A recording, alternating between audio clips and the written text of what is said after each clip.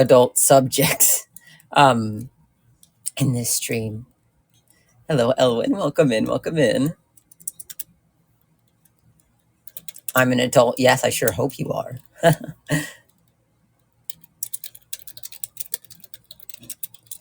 Your discretion. Beep, beep, beep, beep. Oh, advise. I'm very good at spelling.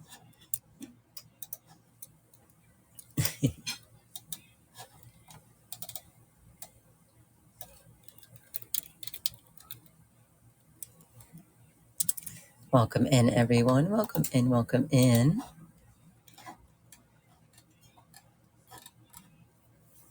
All right. All right. All right.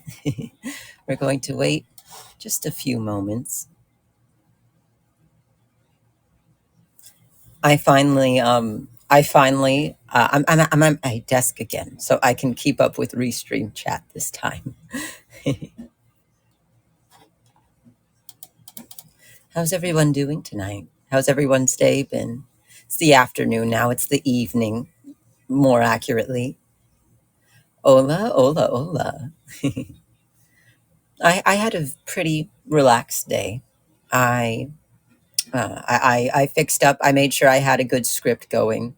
Not script. I guess I should more say like list of bullet points. I finished up my bullet points. It's quite the it's quite the length.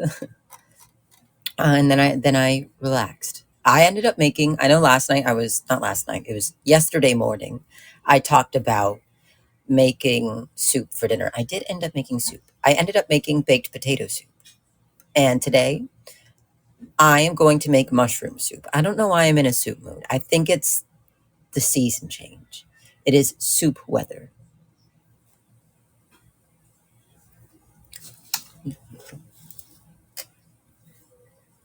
But yes, yes, yes. Today we're going to be talking about Victorian modesty culture. I'll wait a little bit more, probably a few more minutes before we really get into things, so we can just chat for now. Uh, but I'll probably say it again before we start. Viewer discretion is advised.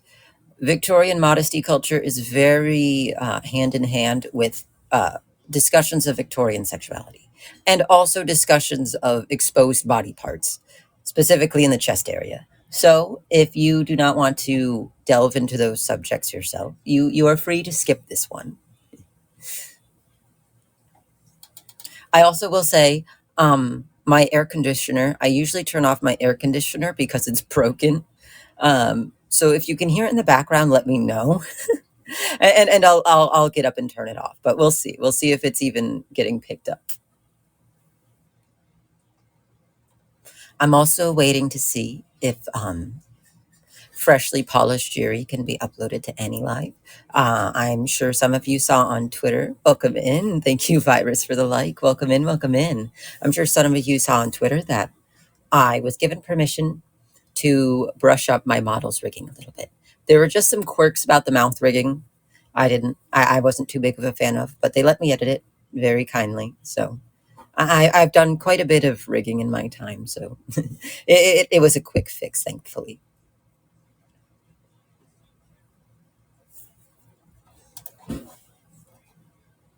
I very much wish I had speakers or a mixer or something like that, just because I feel like streams like these would be very perfect with just a little background music. I have a playlist of classical music that I like that I think would be very befitting.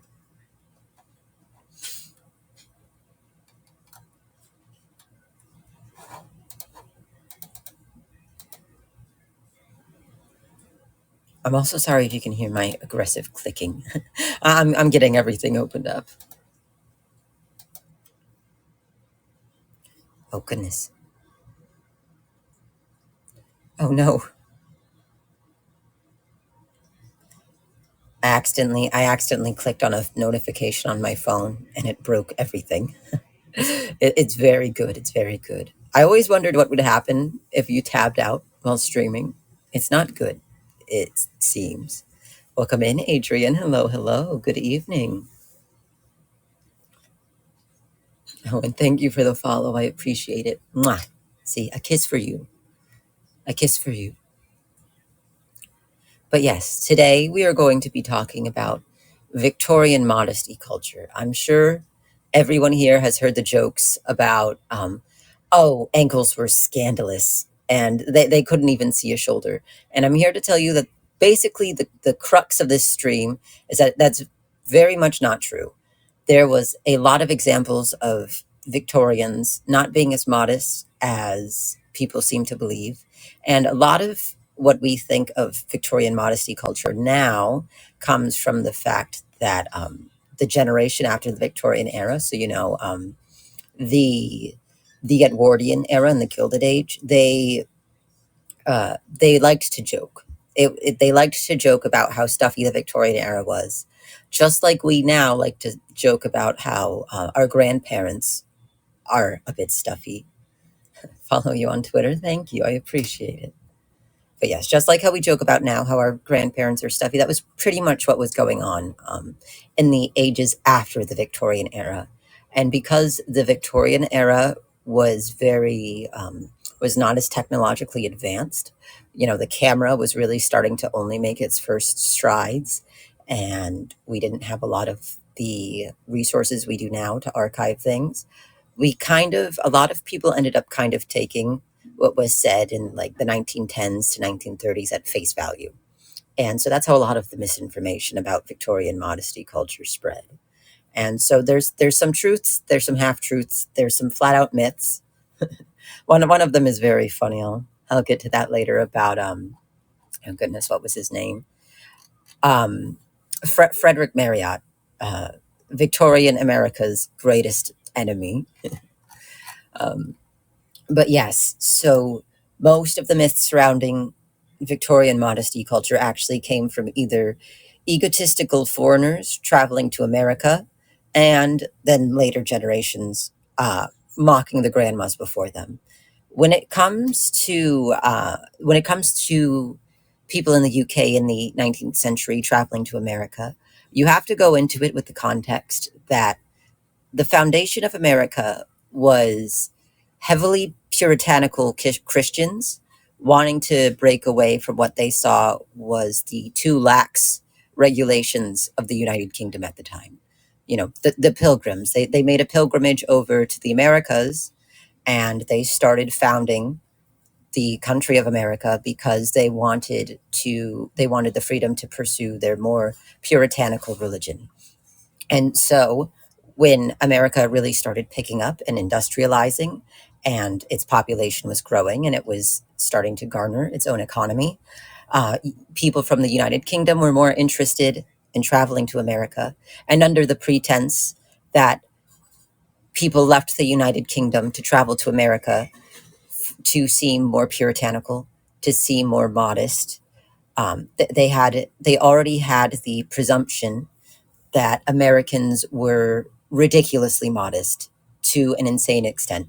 And America was, in fact, a lot more modest than the United Kingdom in the 19th century. That is true. But they also would flat out lie. They also would flat out lie. And that is something we'll get to in a little bit. Um, but yes, a lot of the misinformation that is spread about Victorian modesty culture, specifically American Victorian modesty culture, is the fact that the UK already had the predisposition that America was modest to a cartoonish extent. And while they were more modest than England, than the British, they certainly were not modest to the extent they made them seem. And that certainly did not help the misinformation of the future generations that would be passed down. So I should get into a little more before we really discuss the myths and whatnot. I should give you a rundown of kind of like the basics of Victorian dress etiquette. I am going to, just for some baseline context, I'm mostly going to be talking about Victorian dress etiquette focused on women. A lot of Victorian fashion studies focus on women just because men were not quite held to the same intense standards. Men's, especially rich men, they did in fact have quite a few rules to follow, but it was nowhere to the extent that Victorian women faced. Hello, Asa. Welcome in. Welcome in. This is your lecture for the day. How's it going, my liege? It's going good. It's been a good day. It's been a relaxing day, I'd say. I went to the grocery store right before stream to get ingredients for mushroom soup, which I think will be a fantastic end to the night. But yes, it's mostly focused on women. We will mostly be focusing on women because not only were there a lot more regulations on and rules in society on how women dressed, they also just men did not have the same amount of restrictions, and they were not held to the same degree of modesty, especially depending on the context. Men were definitely more free to be a little less insane with how they dressed. Though getting into that, most rules, even for women, vary greatly depended on the context. Upper class Victorians actually cycled through several outfits during the day, depending on the time of day and activity. So, Victorian women, for example, they'd have an outfit for the morning, an outfit for the afternoon, and an outfit for the evening. And the morning and afternoon outfits would be, what you would think when you think of Victorian dress. It would be high collars, covered arms, dresses down to the floor. That's usually what you'd see during the daylight hours. However, during the evening is when you would actually start to see things like low necklines, sleeveless dresses, and things like that, especially at more formal events. So, like, think of a ball gown. There was also the consideration of the activity. A lot of physical activities in the Victorian era, if you were to wear a floor length gown that would drag on the floor, it would just be very impractical. Even if Victorians were very modest, they weren't dumb, and they understood that wearing a dress that drags behind you on the floor, if you're, say, hunting, was very impractical. So during in sports like hunting, especially, which was very common amongst upper class women, you would actually see skirts that range from at the knee to the middle of the calf. So they would have full access to their hunting boots on the ground, and it was more seen as if a man was caught ogling your ankles while you were hunting, that was not your problem. That was his problem for not focusing on hunting. So it was very dependent on the context. During the day, you would see the complete coverage. Um, but again, this was mostly because of things like weather. So in the Victorian era, this is the 1800s, we don't have things like sunscreen yet. A lot of the Victorians in the upper class living in the cities were very pale, and because that was the beauty standard of the time, they were very pale. And because this was the first throes of the American industry, there was not a lot of shade. And so these cities were being developed, and there was not a lot of shade in the streets. And so they would cover their entire bodies, not necessarily, I mean, part of it was modesty, but not necessarily because they were complete prudes, but because it served a practical purpose of shielding them from the sun and the external elements. So if you were a rich, pale Victorian and you were out and about during the day, it would be preferable to cover up and probably use a parasol as well. Not only for, again, appearing modest. Hello, welcome in. Hello, hello. Not only appearing modest, but also protecting your skin from being burned. Sunscreen was not a thing during this time. So it was just more practical to make sure you're covered up so you wouldn't get burned. And also, there's the fact that pale skin and blemishless skin was seen as very attractive. So if you were to get a tan, that would be seen as unattractive and like you have less of a control over your appearance. Or if you were to get, as caused by the sun, freckles. Freckling was seen as kind of hideous and unattractive in the Victorian era. This is mostly because the Victorian era's fashion was very much based off of class. And so it was the kind of thing where if you had the money and the resources to either spend most of your time inside or be able to adequately cover yourself when you do leave the house, that was seen as very rich and classy. Developing freckles was basically a death sentence to a lot of women. You wanted to appear completely clean, pale skin, rosy cheeks. You do not want freckles or spots on your face. Um, and so that's why during the day, they wore the high necklines, covered sleeves, gloves, parasols, bonnets, things like that. Again, partially due to modesty, but mostly for practical reasons to protect themselves from things like the sun. The first myth I really want to go over specifically a bit more in depth is that you could not wear low necklines or short sleeves or lack of sleeves for modesty purposes. This is actually completely provably untrue, especially depending on the era of Victorian fashion.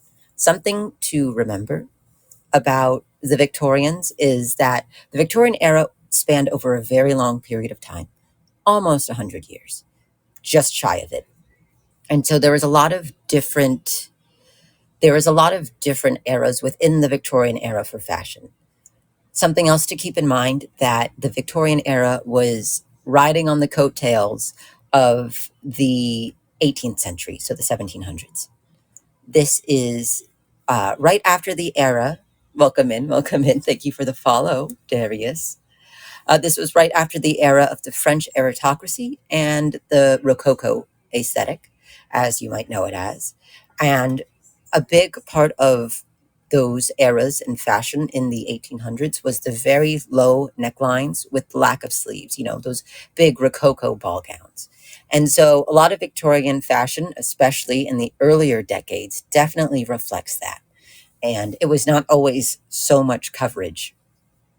Once you move on to like the 1860s and onwards, you do start seeing a lot more fabric and a lot more things like corsetry and shapewear, just as those things were more able to be readily made, especially with the growing industry in America. Welcome in, Lovelysian. Hello, hello. So there's a lot of different decades in the Victorian era to take into account. In fact, every single decade, about spanning 8 or 9 decades in the Victorian era, all had a rather distinct look as fashion trends changed. So, moving into my next point, that these kind of low necklines and short sleeves weren't allowed is provably untrue. It just depended on the context. During the daylight hours, like I said, Victorians did dress with a lot more coverage, but it was for practical reasons to shield yourself from the sun. At night, in the evenings, especially during more formal events, say balls, dinner parties, things like that, it was actually very common and attractive to wear necklines all the way down to the middle of your chest. Sleeveless dresses were also common. You see a lot of Victorian ball gowns, and they have low necklines, dangerously low. Sometimes you have to sit there and wonder how they were able to keep it up, but very low necklines and sleeveless. It was seen as very elegant. It just depended on the context. In the evening, you were afforded more exposure because your skin would not be harmed by the sun if you did. And another thing that really depends on the decade, I will mention, is the rise of tuberculosis and its effects on fashion. We'll get into this a little bit more when we talk about corsets, but the appearance of having pale and translucent skin with no blemishes is very much a result of, towards the latter half of the Victorian era, people were trying to cope with the onset of the tuberculosis epidemic. It was an epidemic that very much, for the first time in a long time, was infecting people regardless of class. You cannot run away from tuberculosis just by being rich. And so it goes back and forth. There were some parts of tuberculosis that were seen as, well, at the time called consumption. There were some parts of consumption that were seen as unattractive and immoral because if you were here for my stream on Thursday, you'll remember that we talked about health was based on humoral theory, and humoral theory was based around a lot of moral obligation. And so when you got sick, it was seen as a moral failing, oftentimes. And so there was a good bit of consumption that was seen as a personal moral failing. However, people also came to see consumption as very beautiful. And this is most likely because it did not discriminate. It was a very indiscriminate disease. For a while, People were able to pin disease on the lower class because the lower class had less exposure to things like hygiene. Their streets were very dirty and miskept. And so a lot of the illnesses that were spreading to the lower class were because of the germs and bacteria that were being put because there was a lot of waste and refuse in the streets. Tuberculosis did not discriminate on class, and it was hard to detect. People oftentimes could have tuberculosis for months or years before symptoms really started to show. And it wasn't contagious in the same way that a lot of bacteria based illnesses from the street refuse were. And I do believe it's very debatable, the link to tuberculosis and fashion. But in my personal opinion, the reason why tuberculosis started to be seen as attractive and fashionable in some ways is because it was starting to affect the upper class. And so they had to find a way to cope with that. I believe they coped with it by glamorizing it and aestheticizing it. And again, it wasn't just black and white. There were parts of it that they, again, saw as a moral failing. Perhaps I'll do another stream on Victorians and tuberculosis because the culture that spread from it is actually very fascinating. I could probably talk about it for a good while, but we have things to get to. We have things to get to. That, in short, yes, you could have a low neckline in the Victorian era. In fact, if you look to some pictures and mostly illustrations, because this was before the camera was really a thing, if you look at some pictures from the Victorian era and even the era before in the 18th century, you can actually see paintings and illustrations of women who are well endowed, and their necklines are so low and their chests are pushed so far up that their nipples, the more unsightly parts of their breasts, were fully exposed. And while this was extreme, it certainly wasn't seen as quite scandalous at the time. Breasts were a very big infatuation with the Victorian era. And of course, this has been a constant. People have always thought boobs were kind of sexy, but especially in the Victorian era. I mean, think to now about how people get things like breast implants and they will unnaturally make the breasts look bigger. It was kind of similar, except we didn't have the same surgical technology. And so instead, they would get shapewear and whatnot to push their breasts up as much as possible. And so exposing your breasts with things like no low necklines for a while was seen as very attractive. And that also has to go kind of in tandem, again, we'll get to it, with the fact that being a bit more plump and voluptuous was also seen as very attractive at the time. So being able to expose your breasts like that was, if in the right context, seen as attractive and not immodest. Um, Another thing about Victorians is they were not quite as um, puritanical as people may seem to think. Victorians were very freaky. I was getting into it a little bit with how they actually really liked to see the exposed breasts of more voluptuous women, but there are a lot of records of Victorians being complete freaks, especially sorry to be crude, especially during this part, but the invention of the camera meant basically as soon as it was invented, the adult content industry really took off. As soon as the camera was invented, Victorian people started making pornography, pretty much. And of course, it was seen as crude and unholy, but that did not stop people from producing it and passing it under the table. People would take pornographic images with the cameras, which I can only imagine is very awkward because I don't know if you've ever seen one of these really old cameras in action. The subjects of a photo usually have to be very still to take a good photograph or else it won't develop right. And The cameras have to be still as well on a tripod with somebody behind them, and they're very loud. So imagine you're taking a adult image, even especially between two people, and for a moment you just have to kind of stop for quite a while, and you hear the guy behind the camera with the tarp over his head, and you hear like, I don't know. I feel like that would ruin the mood for me. But people did make good money off of pornographic tabloids that would get passed quite literally under the table.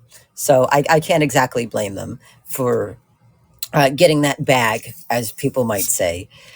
It was basically as soon as the camera was invented, people started to record real life pornography. It was inevitable. I mean, think about even to the eras before, uh, either in illustrations or in the statues they made. We've been making horny content for a very long time. It was very inevitable that as soon as we were able to photograph the human body in the way we were, that um, that we would start making adult content. People have always been sexual. Just the level of repression is what has really changed over the years. I'm taking a sip. I have a sore throat today. I was starting to get the first twinges of it yesterday, but it's definitely worsening today. I have a bit of mucus. I think I'm getting sick again. It's so unfortunate. I was at the university on Wednesday. No, get well soon, Yuri. Thank you, thank you. But yes, I was at the university, and that's about the only time a week I ever leave the house. And so whenever I leave the house, I get sick. And I as soon as I got home yesterday, I was like, oh my goodness, I might have a bit of consumption myself. But yes, as soon as I got home yesterday, I was sick. I don't have a very good immune system, evident by the fact that I never leave the house. It certainly does not help not being exposed to people. And I wasn't even out that long. Sometimes I'll go before my class at around 8 in the morning, a few hours before, and I'll sit there and I'll study. And that would be even a little bit more understandable. But I was only out for about an hour before I got home. So I don't know how it works. It's really beyond me. Yes, let me take another sip. Let's relax the voice for a second. Oh, you can get my bottle closing ASMR because I'm struggling. I have very good fine motor skills. But yes, we were talking about the Victorian sexuality and its repression. They were equally freaky and sexually repressed. Those are two things that are very much true. And I feel like, for the most part, we only focus on the sexual repression that Victorians experienced. We do not focus on the plethora of information we have that actually proves they were freaky. They were really freaky and a bit of degenerates. It was the purity culture and the morality culture was very much a double-edged sword. As I discussed a little bit before, Americans in the 19th century were a outcrop of the most puritanical British Christians and Catholics. And that very much reflected in the culture. But again, it was a double edged sword because as much as you repress sexuality, human nature is going to find a way to be freaky nonetheless. Uh, the pressure of this intense morality did certainly did not really stop people from being freaks. In fact, I think it made it even worse. If you look back at a lot of the records for things like letters and diaries, you'll actually find a lot of really crazy shit. And this is because Victorians, while they were very puritanical, they did not have much of a culture against fetishism. As long as you were married and you weren't bringing it into the public eye, they were doing some freaky shit. There was actually, I remember, and I thought it was really funny because I've written a few papers on Victorian sexuality and how it is especially conveyed through writing. There was a letter circulating on Twitter a while back. I think this is a very relevant example, and it was the letter a man wrote to his wife. Uh, I'm sorry, the consumption.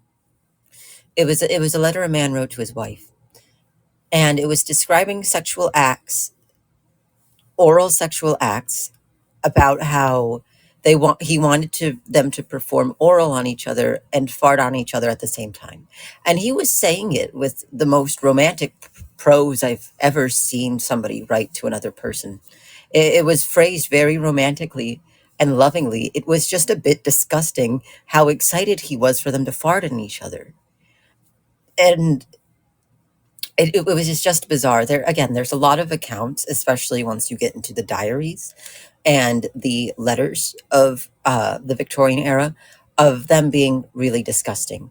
Queen Victoria herself actually was a bit disgusting herself. You can see in her own diary, both while her husband was alive and dead, the very intense fantasies she would write about him. She was no stranger herself to writing very degenerate material about the acts in which she wanted to participate with her husband. And I do believe this is because, again, fetishism in the Victorian era did not quite have the same level of scrutiny it does now. I think part of what makes specific fetishisms very taboo nowadays is the access to the internet.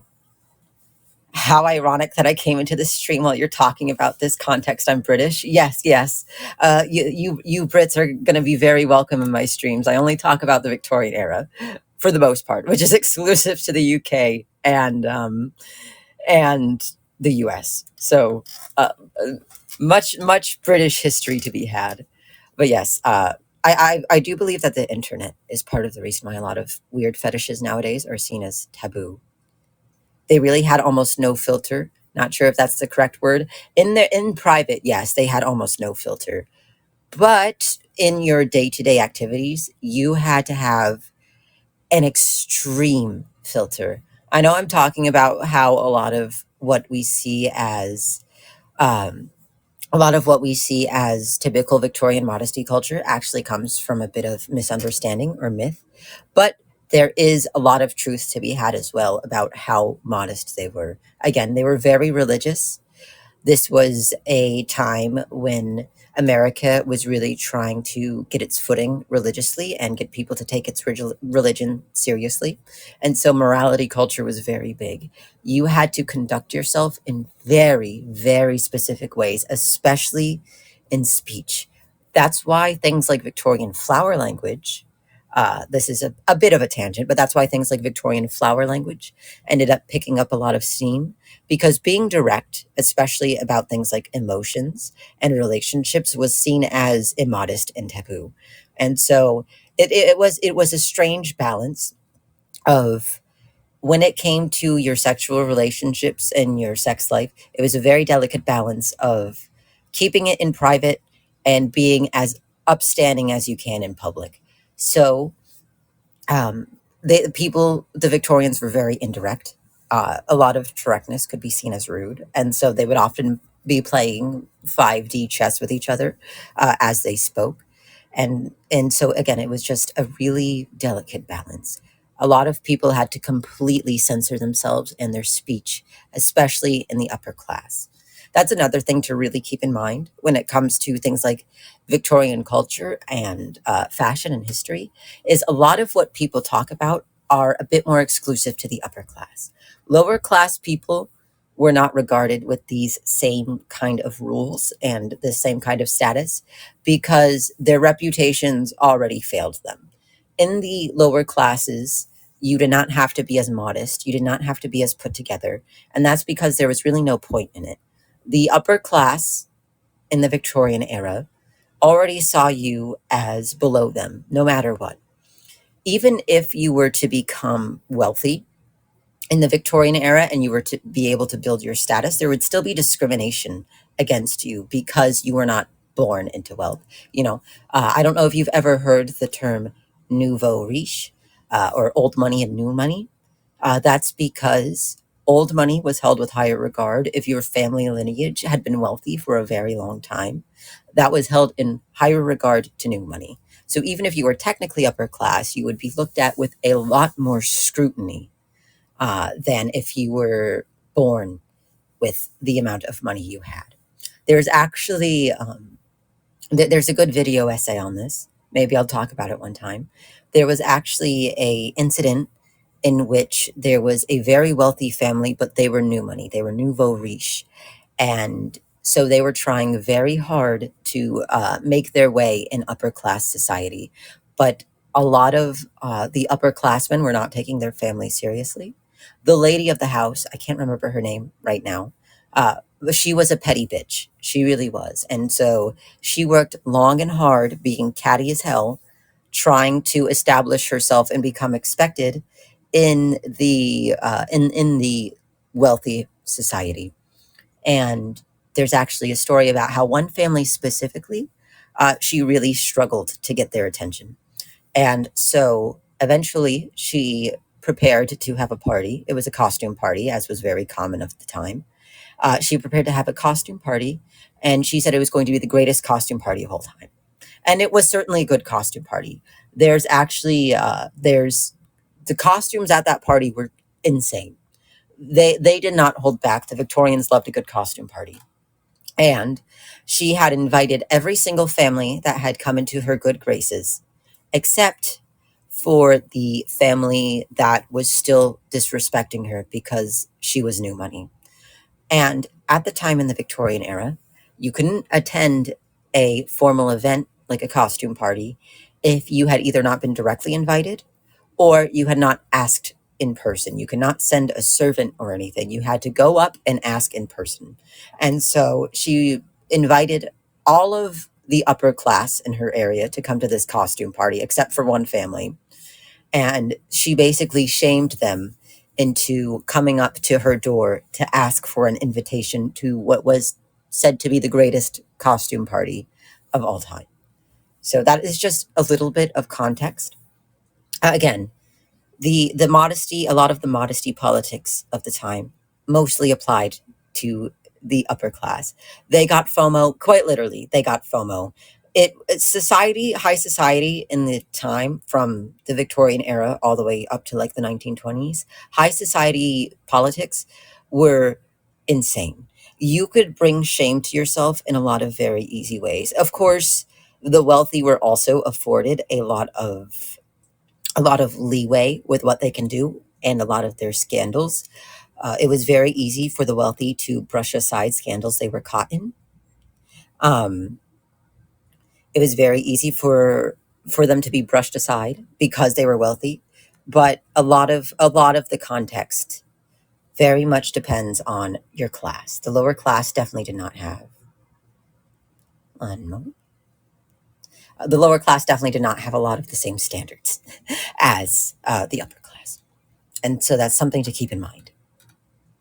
Um, and I know I brought it up a bit earlier. We're jumping back. I went on a big tangent. We're jumping back to the sexual repression of the Victorians.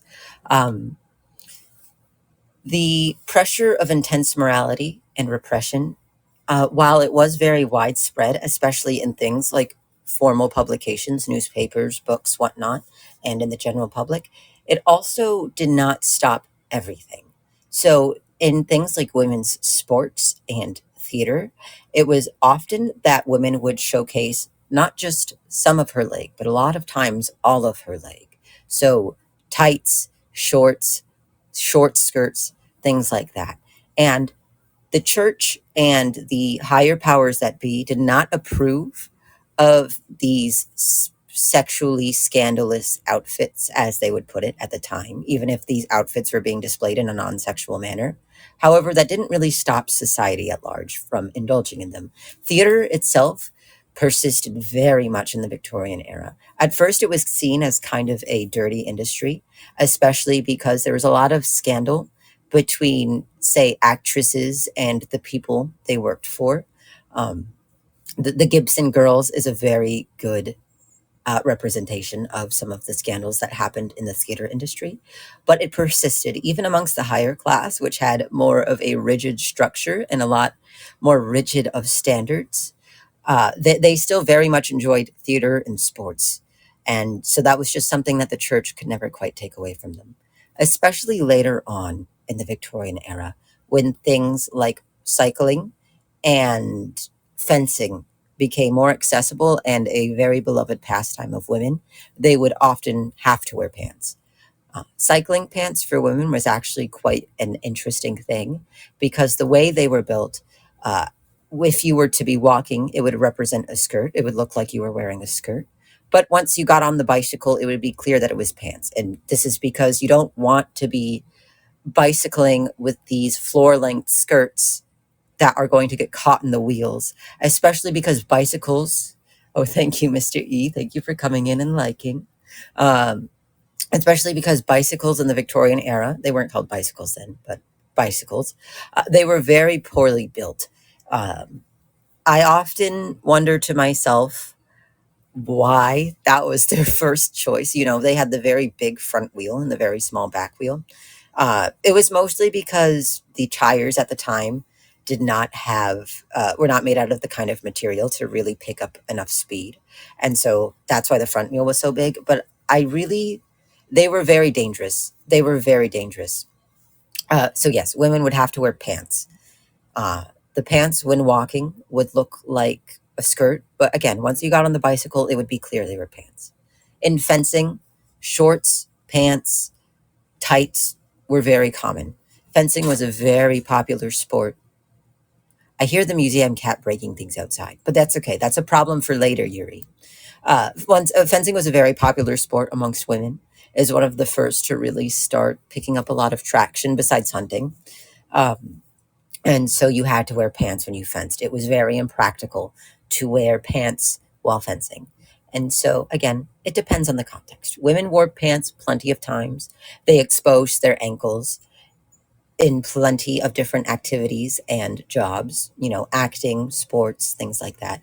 You were allowed to show your ankles. You were also, in some circumstances, allowed to show your breasts. I know I talked about the late 18th and early 19th century with the low necklines on the well endowed women exposing their nipples. While this was uncommon, this was certainly a thing that happened.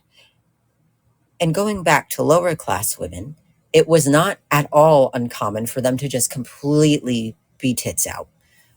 They were not, again, they were not held to the same rigid societal standards that upper class women wore. And so they had a lot more freedom to expose themselves. There actually is a very infamous picture from a newspaper. It's a drawing of two women brawling, and their breasts are completely exposed. They are not wearing any upper clothing, nipples out and everything. And this is because in the lower class, people really did not care as much. When you were a lower class Victorian, especially in America, it was it was basically, you know, why not? Your life was already terrible. You were never going to be respected by the upper echelons of society. So there was really no point in trying to adhere to their standards. Of course, it got a little more rocky once you got to the middle class, you know, things like actors and people like that who weren't exactly considered rich or wealthy or respectable. They had to be a lot more careful with appeasing to societal standards. But the lower class, a lot of them did not care, especially if you were working, if you're a woman and you're working a rather laborious job, it would be much more practical to wear shorter skirts, less cumbersome upperwear, and things like that. So in a lot of cases, you could actually find many illustrations and photographs of women in the Victorian era completely tits out. And again, usually lower class women, but upper class women sometimes were afforded the same kind of leniency just because they were wealthy. It was a lot easier to get out of a scandal when you're wealthy in the Victorian era. Um, And this kind of leads into the fact that a lot of Victorian modesty comes from a very select few accounts that are not the most credible. So a lot of people think that Victorian Americans, specifically, though it does reach the UK as well, were so pearl clutchingly modest that they used fabric to cover up things like table legs because they thought it would incite lust. This was a pervasive rumor for a very long time. I don't know if anyone has actually heard of it. Um, but yes, many people believe that Victorians were so modest and afraid of exploring sexuality that they would cover up table legs. And this actually started because of one person. There is only one account from the Victorian era of people performing this kind of ludicrous modesty. Um, and the source is very uncredible. His name was Frederick Marriott. He was a UK Navy officer and an aspiring writer. He traveled a lot, and after he decided to, oh, hello, welcome in, Sasuke. Hello, hi, hi, hi. Oh, and thank you for the follow. Mwah, mwah. Um, yes, he was a UK Navy officer, aspiring writer, and after he had left the Navy, he decided to travel to the US. And again, we went about it a little bit before. First time. Well, welcome in, Barbie. Welcome in. It's always a pleasure to have you. Mwah, mwah, mwah. I love all of my first time oddities very much. But yes, he traveled to the Americas, and again, people in the UK were already under the pretense that America was more prudish than the UK was, and that's true to an extent. But he very much blew it out of proportion. For example, he was visiting a female friend at the time who had injured her leg, and he had said out loud, "Is your leg all right?" Something along the lines. He asked about the condition of her leg because she had injured it. And she got upset because she was an American woman, and even mentioning the word leg was seen as immodest. Most people would use limb because even if the myth that Victorians thought ankles were extremely scandalous is somewhat untrue, legs were still seen as very sexual in some contexts, just the act of exposing your leg itself. And so she said, it's immodest to refer to it as a leg. You must refer to it as a limb. Now, at the time in the UK, it was commonplace to use the word leg and limb interchangeably. There was not a lot of worry about even just mentioning a leg because they didn't see it as completely immodest to just discuss it casually. This is a crazy story. Oh, it gets crazier. Just wait. This guy was a lunatic. Um, it's actually, I don't believe his cause of death is recorded, but it's actually rumored that Americans hated him so much and the misinformation he spread about American Victorian culture that they just sicked his ass. They killed him. Some people say it was just murder. Some people say he was burned alive um, because they hated him. Is this real or fake? This is very much real. Frederick Marriott was a real person with real values who really pissed off Americans in the 19th century. Um, but yes, he was told it's seen as immodest to mention a leg by name. And I believe he kind of took this idea and ran with it. Where did you get this story? I actually do quite a bit of reading in my free time. There's also quite a few, if you want to get into this yourself in your free time, there's quite a few video essayists I recommend that you could watch. I could definitely mention them towards the end of the stream. But yes, I've had to look into the Victorian era a lot for papers, and just because I have autism and I can't help myself. Yes, I do a lot of research because this is something I'm getting into at like the collegiate level. Um, yes, mentioning the leg was immodest. And again, this is partially true. Americans were seen as a little bit more uptight than people in the United Kingdom. Again, because their foundation was a more puritanical version of British religion, British Christianity. Um, so their values were a bit more extreme. He wasn't wrong there, but he really took this idea and ran with it to the point where he was going around telling lies. You think people would just get on the newspaper and tell lies? Yes, he did. He told many lies. Uh, he ran with this idea so much that he wrote in his book about his visit to the Americas that he went to an all girls school where he met the headmistress. And he noticed while he was at this all girls school that the piano had fabric, laced fabric over its legs. And he wrote that this lace fabric was put over the leg, the headmistress said, to appear as trousers because she wanted to seem upstanding and modest for the parents that would be allowing their girls to attend this school. And so she made trousers to put over the piano legs because there was the risk that piano legs were seen as seductive, as were all legs.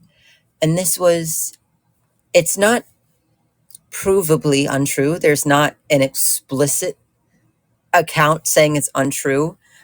Most people most people denounced this story as soon as it came out.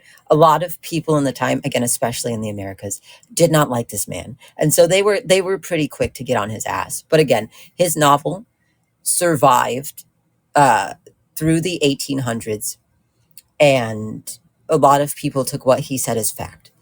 Again, it was very hard to document real time a lot of what was happening in the 1800s, both because our technology wasn't as advanced. There wasn't a lot of access to photography. Even though photography did exist, it had to be in very stationary contexts. It was hard to take photos in motion and things like that. So a lot of the photography was portraits, and video was also not a thing. uh, and then a lot of writings in the Victorian era have either been degraded through history and are no longer accessible because they were destroyed.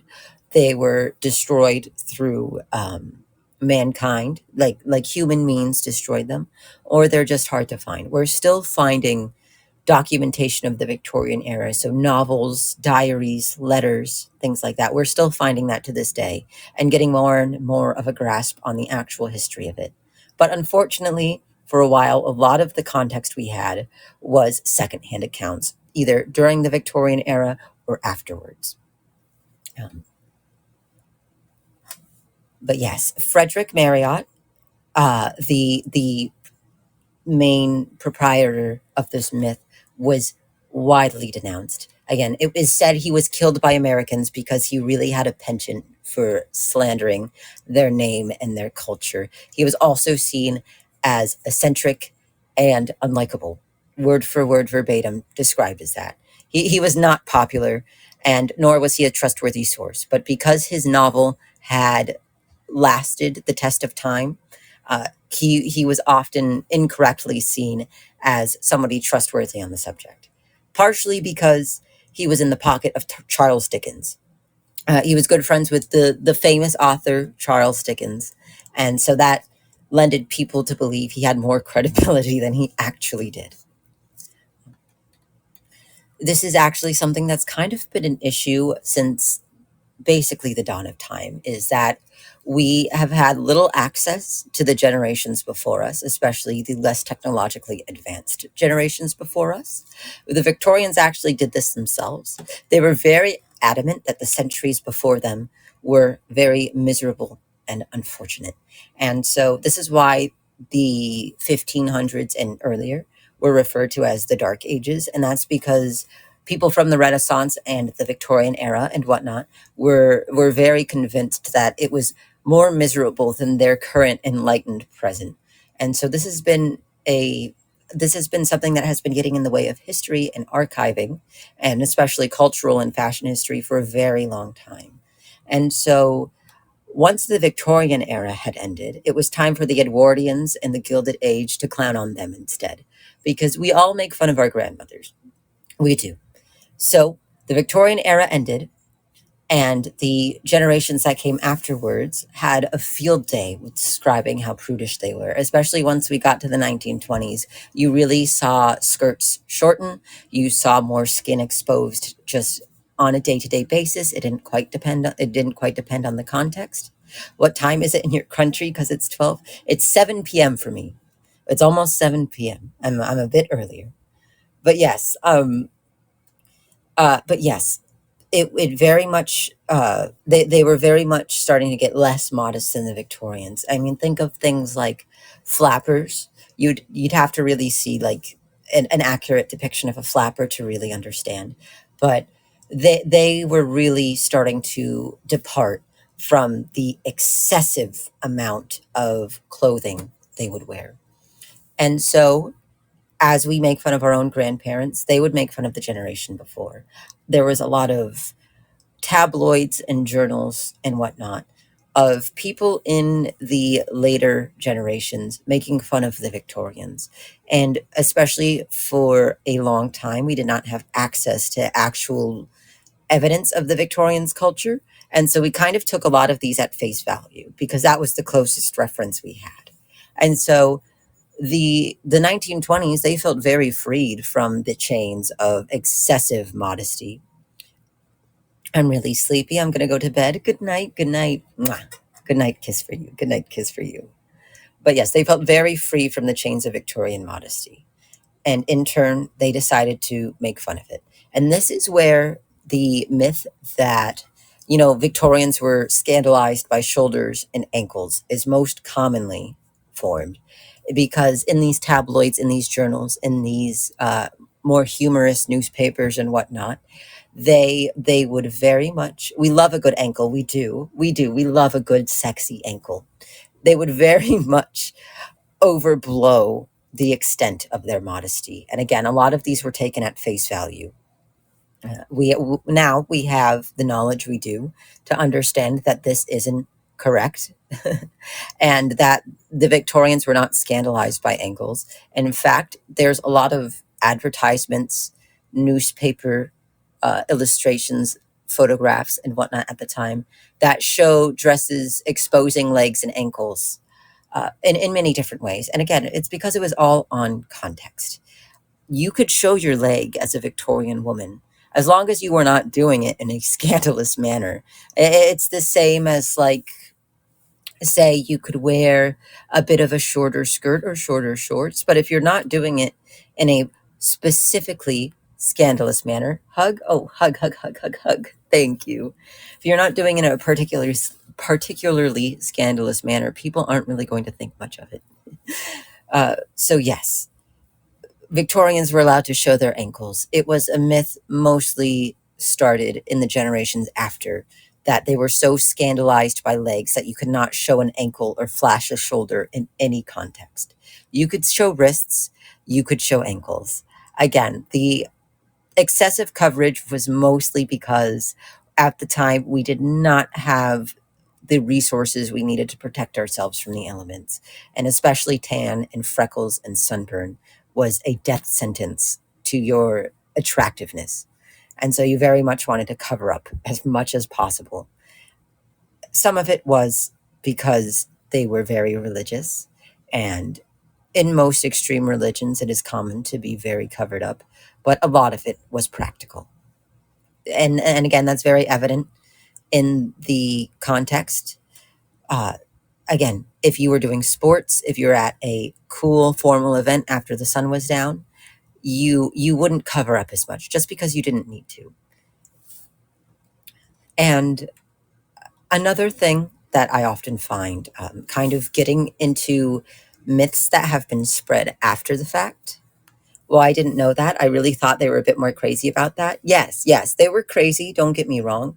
But a lot of their rules on modesty have been vastly overblown, vastly overblown.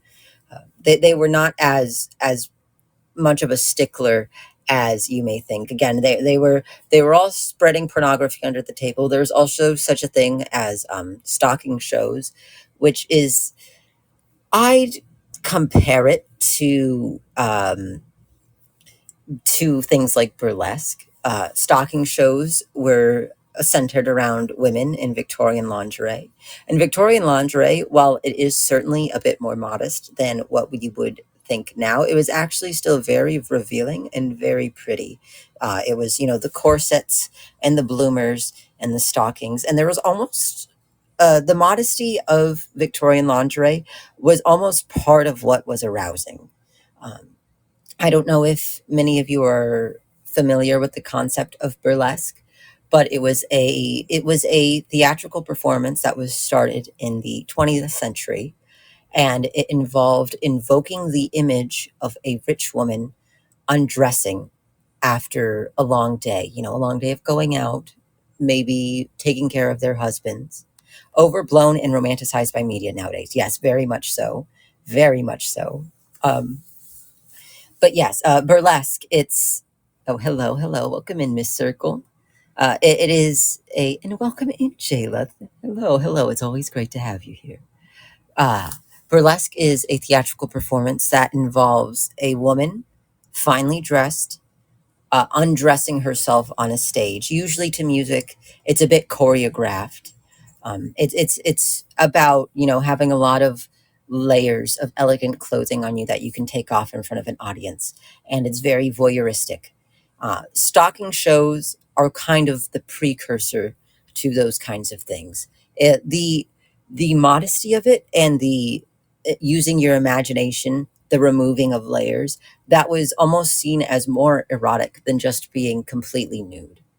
And so it was to a point where the modesty had gotten so much so that it kind of looped back around into being sexy.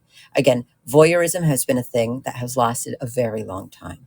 It is a very staple part of human sexuality. And so being dressed in so many layers, it was almost fun to imagine taking those layers off.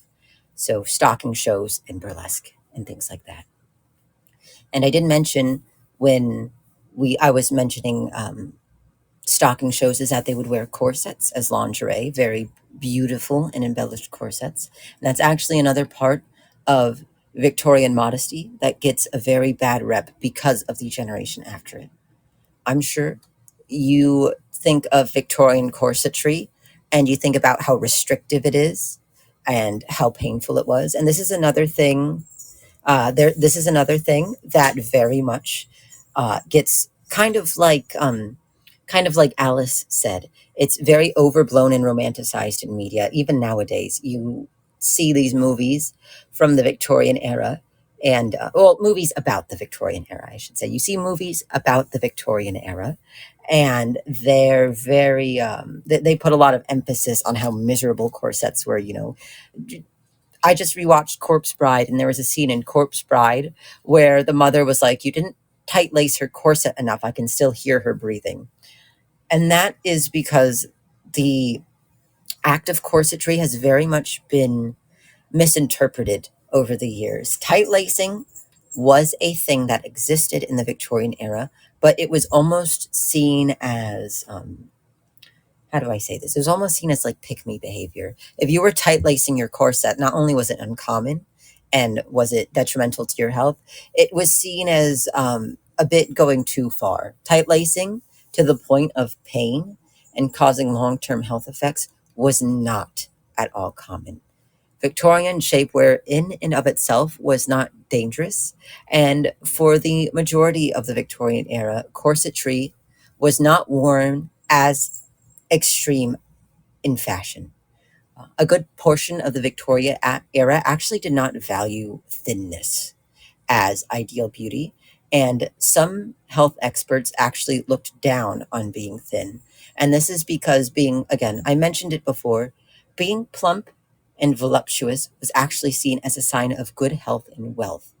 The Victorian era, especially as people were starting to be crammed more and more into cities, which wasn't quite seen in this volume at the time, people were getting sick, people were struggling with their finances. And so being underweight was almost seen as something that poor people did. And so being plump and voluptuous, just having the right amount of meat on your bones, was seen as very attractive. And I'm actually really excited to read Carmilla with you because I actually think it's a very good example of how fat women were the ideal beauty standard for a lot of the Victorian era, especially from the 1810s to around the 1850s and 60s. In Carmilla, you can read firsthand. I mean, it came a bit after the 1850s. It was towards the latter end of the Victorian era, but this beauty standard was still a thing. You can read in Carmilla some of the most beautiful descriptions of fat women you have ever heard. And this is because, again, they were seen as beautiful. If you had the money to live a lifestyle that allowed you to be plump and well fed, you were seen as very attractive. Being plump and having a moderately sized chest, it couldn't be too big, it couldn't be too small, though flat chests were very much seen as ugly. You were seen as very attractive in the 1800s. And again, it mostly comes down to money. Uh, so the general silhouette is what was valued more than being remarkably thin. They liked the hourglass silhouette, especially again in the 1860s and onwards, but it was not the act of being thin itself that they really valued. And this is also nuanced. Of course, people did value thinness to an extent, um, but a lot of people saw being fat as being more attractive. And so you didn't really want to make yourself look stick pencil thin. You wanted to give yourself more of an hourglass shape. And so if you were to tight lace your corset, you would almost cinch your waist too much. And that would, again, be seen as try hard and a bit unattractive, to have to struggle with your figure so much to get the hourglass shape that you needed to tight lace your corset. And this is really when the health problems would arise, is when you would tight lace for many days on end. Corsets themselves actually offered very good support, and they were very flexible. For most of the Victorian era, corsets were very soft. They didn't even have a lot of wiring inside them. Um, so the most support you would get out of corsets were a plank of wood that you would insert into the front of it, to keep good posture and to make sure you were standing upright. So you would insert a. It almost looks like a big popsicle stick, is what I could call it. You would insert that into the front of your corset, between your bosom, and it would help with your posture and the general silhouette you were trying to achieve. But that was some of the only hardware that was in a lot of the earlier corsets, and it was very uncomfortable. These posture correction devices were very uncomfortable, but that's why they were made to be removed. Because even when you were cinching your waist, the Victorians did want to be comfortable. It was very hard to navigate day-to-day life in corsets that were uncomfortable, because they are a restrictive garment. But they were soft. Even they didn't even really have like wiring until later on, and so they were not as restrictive as people like to think. So they were actually healthy. I've actually worn corsets before. They're good back support, especially. Even the ones with wiring were very, very good back support. And you didn't even really start to see the stiffer corsets until about the 1960s. That's when the silhouette started to get a bit more extreme. And I do believe part of the reason why the myth of corsetry being restrictive and oppressive started to be passed is because in Victorian illustrations, they would very greatly stylize their waists. The hourglass figure was very attractive, and so waist would be insanely stylized. And again, a lot of people took that at face value. Yeah, even today, there's people that use them for good posture and other than for the waist. Exactly. They're actually very good for your back. Think of it as kind of like a more casual back brace.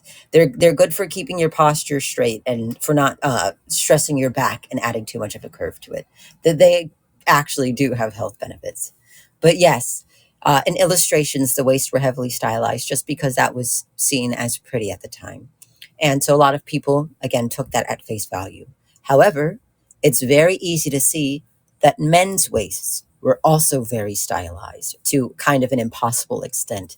If you look at a lot of the illustrations and paintings of men at the time, they had very cinched waists. They also had hourglass figures, you could describe it as. They had a big chest, and it would go down into a cinched waist, and then at the hips they would have nice wide rounded hips, because again, the hourglass figure was seen as very attractive in both genders. I think I need to take a drink break. I just realized it's been a while since I took a drink break. I'm sorry. I like to yap too much. I know I'm probably not giving enough room for for people to interject. I'm sorry if I should slow down. I just love to yap, especially about fashion. One second. I like to. I've mentioned it before. Not only am I into not only am I very into like Lolita and OG and whatnot, which takes a lot of its inspiration from the Victorian and the Rococo periods, I do just try to I like to live as close to the era as possible. And so fashion is something that I'm very passionate about. I actually as a side note, I actually own a few genuine pieces from the Victorian era. Right now, I'm looking next to me. I have a genuine nightgown.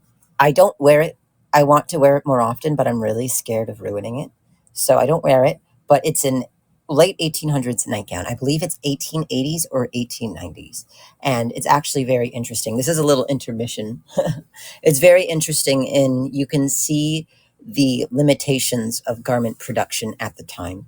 A lot of the Victorian era, you would either get clothes custom made, or in this case, you would hand make them yourself. It was not very practical to just go out and buy clothes. And because factories weren't as good as they are now, and we could not produce as wide of a fabric, Victorian nightgowns and Victorian garments in general, they were made out of very narrow panels of fabric. So you would have to, your patterns would have to be a bit more sectioned. Um, this nightgown is made out of lace and muslin. It smells very dusty. Actually, it's lost some of its dust smell since I've gotten it. I'm sniffing it, but it definitely smells old. And it definitely makes my throat itch when I put my nose up against it. But yes, it's made out of lace and muslin. And if you look, you know, if you were to build a garment like this in the modern times, the front and the back half would probably just be separated by one panel. But because fabric could not be produced as wide as the fabric we have today, they had to construct it in more panels. So if you actually look, maybe I'll take some pictures to post just to give you guys an example. But if you actually look, it's separated into four patterns, four panels, and then the sleeves. And so it's a very good demonstration of the limitations of clothing production at the time. But yes, it is a very beloved gift I got. It is, I saw it at a local antique mall a very long time ago. And it's a trustworthy antique mall, especially this booth in specific. I buy plenty from there. Last I checked, they actually had a fur muffler that I really, really want. It was so cute. Um, but yes, it is four panels, and I think it's a very interesting way to show the construction at the time. You can very much tell it's handmade. Again, 1880s, so the sewing machine did exist, but you can tell that it was hand sewn with a sewing machine. It was not produced by a factory with a computer. The stitching is clean, but it's very crooked. You can see where whoever was sewing it swayed as they stitched. It is unfortunate. I do believe that the buttons were replaced at some point, and if I had to guess, it was probably they were glass buttons or something like that, and they just broke and deteriorated over time. But it's in very good condition. It's an 1880s nightgown, and it is beloved. It looks very frumpy. I put it on. It looks very frumpy. It does not look cute. Um, Maybe that's another thing media romanticizes is Victorian nightgowns. They were not cute. They were not form fitting.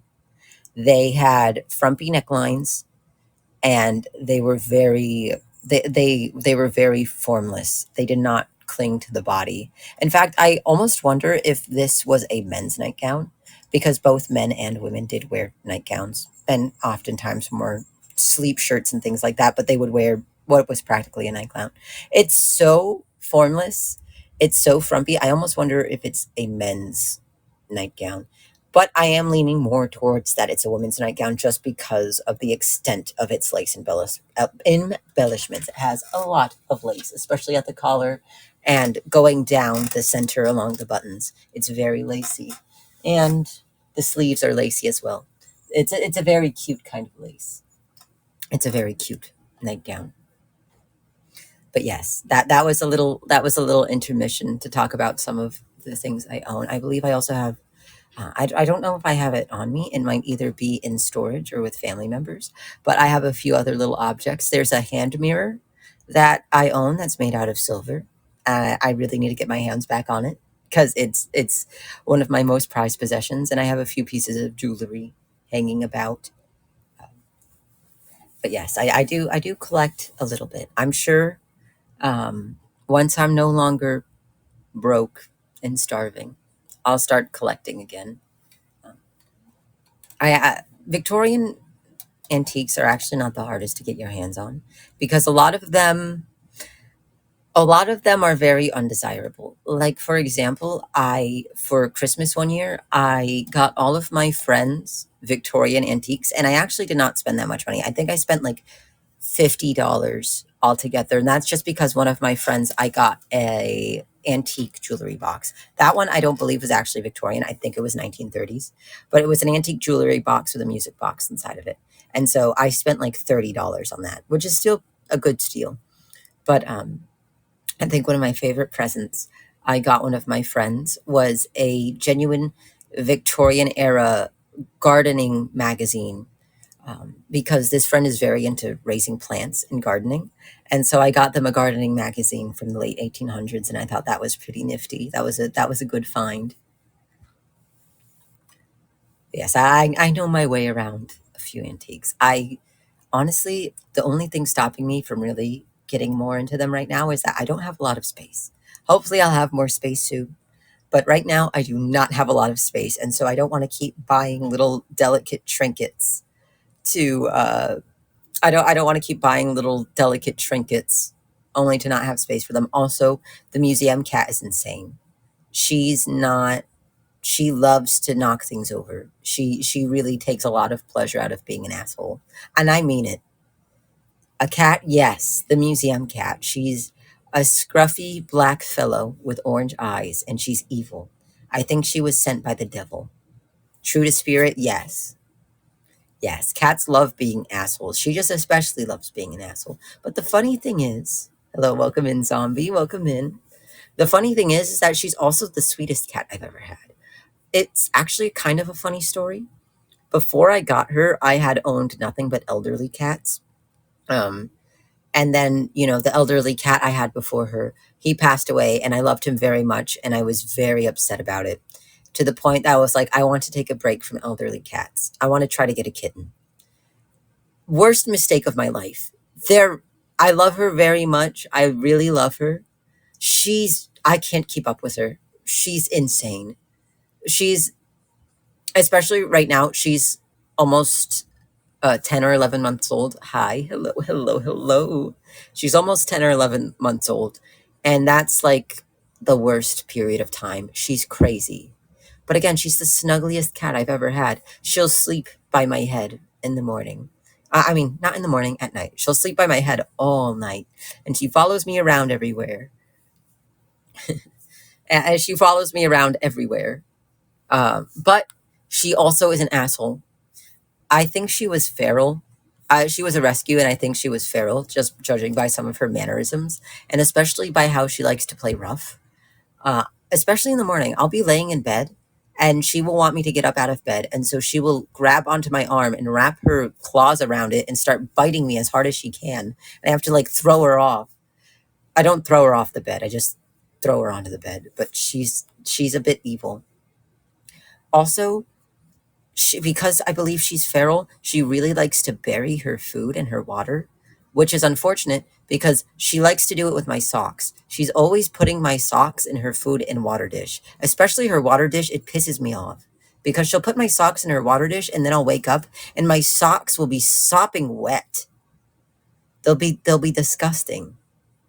Yes. And that's because I looked it up. It's because cats instinctually they want to hide their food in water so they can come back to it later. I'm like, I'm not going to steal it. It has always been available to you. You need to knock it off. I woke up the other morning. She had somehow found one of my Lolita head bows, and she had used it to bury her food. I was like, come on. You don't have to do all that. But yes, that is so wild. That is so wildly off topic. let's get back onto the train of thought of, I believe we were talking about shapewear. And I know I mentioned a little bit earlier that a big part of Victorian fashion, especially the 50s and onwards, was the rise of tuberculosis, also known as in the time as consumption. And so I mentioned that my theory for part of what was kind of now labeled consumption chic is because for the first time, the Victorians were experiencing a widespread deadly illness that was indiscriminate. It did not discriminate class, color, gender, and things like that. And I could do a whole stream on the culture around consumption because it's very fascinating. Again, it was a very widespread pandemic that did not discriminate against any sort of societal standard. And so, being in the era of humoral theory, they had quite a lot of interesting theories as to why it's a thing, most of which revolved again around morality and also predisposition. So you could be predisposed to consumption, or you could excite consumption, are basically the main two ballparks you're looking at. So predisposed, either your family has a history of contracting consumption, or you get sick often, things like that. Exciting consumption were moral failings you could have in life that would, moral and health failings you could have in life that would bring on consumption. So, participating in scandalous activities, not eating enough, eating too much, not sleeping enough, sleeping too much, those were all ways that the Victorians believed you could get consumption. And again, this is because the Victorians, for the most part, did not believe in bacteria. They did not know how contagions worked. And so the thought of a contaminant disease was kind of beyond them, especially because consumption was contagious in a very unique way at the time. It wasn't necessarily um, contagious in the same way that, like, it was hard to pass it on to one another, but it also wasn't contagious in the same way, say, like the other diseases that people were facing were.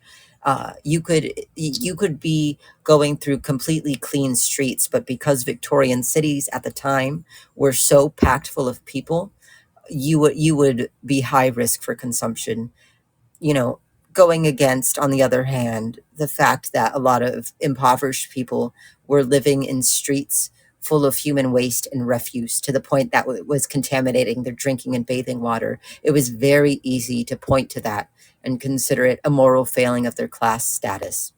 But instead, consumption was a bit more airborne. And so they couldn't quite put their fingers as to why people were contracting consumption at the rate they were. I kind of believe they were throwing darts at a dartboard.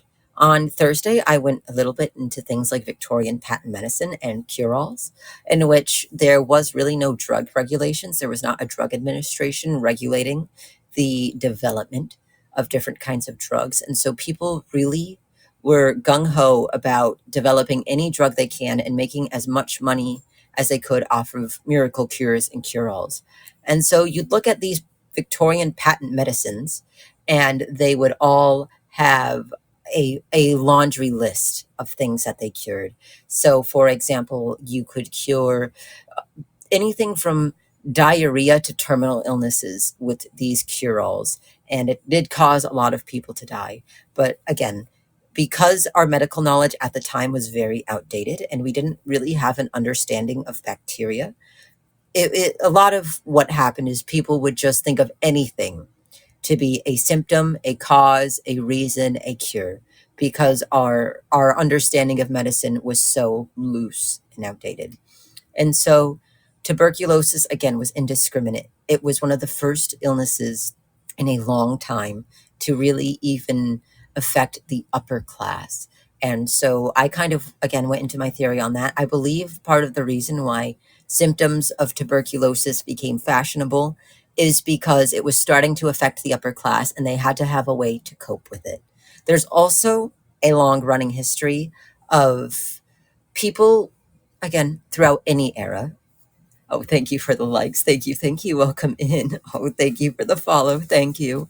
Yes, there's a long running history of any era The rich will eventually look to the poor for their fashion and their dietary trends and things like that.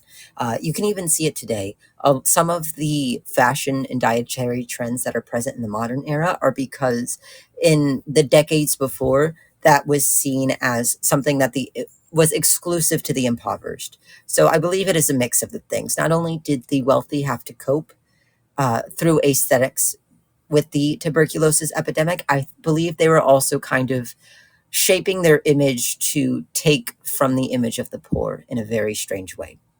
And so tuberculosis is part of the reason why thinness actually started to be romanticized. Because again, we discussed that being thin in the earlier Victorian era, especially, was not seen as attractive. If you were thin and flat chested, you were seen as poor and unable to maintain good health. And so for a while, you again, there was a limit. You had to be a certain amount of voluptuous to be acceptable. There was a limit, but for a while that was seen as attractive. And then once consumption really started to sweep, and you know, consumption is called consumption, at least in the Victorian era, because of how it manifested. It was also called, it was referred to as a consuming disease. So, hello, Kenzo. Welcome in. Welcome in. Thank you for the follow. Hello, hello. Peepaw is here. Yes, Peepaw is here. Maybe Peepaw was here during the 1800s. Maybe he can attest personally. I'm sorry. But yes, it was a consuming disease, meaning consumption was a very gradual disease that would really drain you of your health. And so the longer you had consumption, the more sunken you would look. You would lose a lot of weight. Yep, I was, and it was a rough time. It certainly was a rough time. You would lose a lot of weight. You would lose a lot of access to your blood flow. A lot of the color from your skin would drain. And so you would start to look very pallid and thin and sickly. You'd be coughing up blood. And so this was really kind of one of the big pushes towards thinness being the beauty standard. And this is me looping back into talking about corsets. Newcomers, consumption is tuberculosis. Yes, consumption is tuberculosis. What we refer to today as tuberculosis was referred to consumption because of how it manifested. Again, it kind of consumed your body and it consumed your health. It was a wasting disease, as it was called. You would waste away. It would consume all that made you healthy. But now we refer to it as tuberculosis, and we are much better at treating it. Um, Again, this goes back into corsetry. Um, I talked about how tight lacing wasn't as much of a thing until the latter half of marriage too. Oh my goodness! Of course, the old ball and chain. But yes, in the tight lacing wasn't much of a thing until the latter half of the Victorian era, just because the thin silhouette wasn't as desirable. But once consumption really started to take a hold of the upper class, um, hello, welcome in, Bakura, welcome in, welcome in. Once consumption really started to take a hold of the upper class, that is when people started to look towards thinness as a beauty standard. And that kind of pale, pallid look, especially if you were able to have very, again, rosy cheeks. Rosy cheeks have always been seen as attractive. Rosy cheeks and dilated pupils, it's always been seen as attractive. Mostly because it is, again, we've had a lot of newcomers. Forewarning, we're talking about Victorian modesty, which goes hand in hand with human sexuality and Victorian sexuality. So we're going to say a few sex words. Um, but yes, dilated pupils and rosy cheeks are kind of just a natural human response to arousal. So they're always seen as attractive. But these traits were very much exacerbated by the symptoms of tuberculosis, the dilated, sunken pupils, the pallid skin with the rosy cheeks. So the consumption became seen as beautiful, part because I have to take another drink. I've been yapping too much. In part because these traits were already seen as attractive. And then the weight loss came, and we started glorifying weight loss. And that's when tight lacing really started to become a thing. Again, it still wasn't the most common. Corsets were supposed to actually be rather healthy to wear. But again, we started valuing thinness and the look that consumption gave you. And so a lot of people started to much more value being weighing less, looking even more pale and sickly. It was very common towards the end of the Victorian era. I mean, Doc Holliday had TB and he was hot. No, exactly, exactly. I, for one, think looking sickly is very attractive. Maybe I'm biased, but I love a good drowned rat look, you know? I'm going to say it. I don't know if I have any bloodborne heads in the chat as of current, but Mikolash from Bloodborne, he kind of has the tuberculosis chic. Um, I think he again. I enjoy the drowned rat look. I can kind of see where they're coming from. I almost said something crude. Should I say it? But I also love me a good fat bitch. Excuse me. I do love me a good fat bitch. That's all I'll say. Both ends of the spectrum. uh, but yes, I think another common misconception about Victorian corsetry is that Victorians were smarter than you think. They were not tightening their corsets as much as you believe. A lot of, hey, we like what we like, it's okay. Exactly. I will never put down the name of beautiful fat women. um, but a lot of Victorians were very clever. They did not. They saw the health risks that came with tight lacing. And again, they were not stupid. It was very clear to see that lacing your corset to the point of being painful was harmful. And so they accentuated their narrow waists in other ways. If you look towards a lot of Victorian fashion, you'll see the big puffy sleeves and the very big skirts with a lot of petticoats underneath. And this was actually in part because putting so much fabric in these areas, like especially the puffy sleeves, usually they really puffed out from the shoulder down to the fold of the elbow. This actually gave the illusion of a waist that was smaller than it was. If you look at, some of the mannequins that these older dresses are put on, you'll notice that their waist in actual practical reality was not that thin, but because their skirts and their sleeves were so voluminous, it very much gave the impression that their waists were much smaller than they were, even though they were still a healthy size, even with the shapewear. And speaking of the skirts and the petticoats, it was actually the corsets actually aided in helping with the support of these crinolines.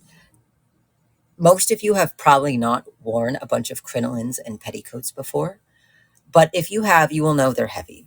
I don't have access to corsets at home. I've worn them before, but I don't have one on hand. So when I dress up in a skirt and I'm wearing a lot of crinolines and petticoats, by the end of the day, I'm out. It's very painful. It's a lot of weight to just bear raw on your waist. The corsets, however, especially because they gave a lot of structure and oftentimes they would flare out from the hips, they could be made to support the weight of these crinolines and these petticoats layered over top, because they would be wearing about sometimes like 10 plus pounds of like supportive crinolines and petticoats. And so the corsets, you could put your crinolines and petticoats onto your corset, and that would distribute the weight across your entire torso instead of just your weight and instead of just your waist, my bad. And so that would make it a much more comfortable experience to have these big voluminous skirts.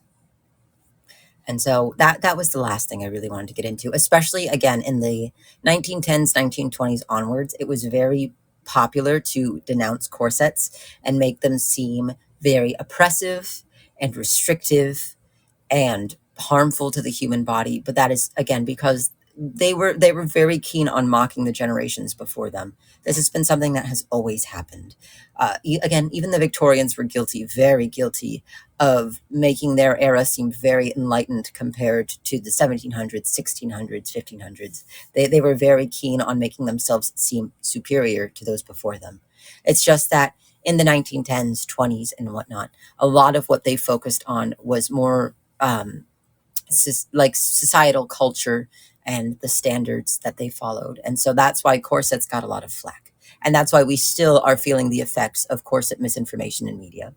So If you are interested, corsets actually provide, when worn properly, a lot of good back support. And again, if you are interested in perhaps wearing big, long skirts with a lot of volume in them, only capable by a petticoat and a crinoline, that helps distribute the weight. I know I'm probably speaking to like 0.2% of the population here, but I do enjoy a good frilly dress.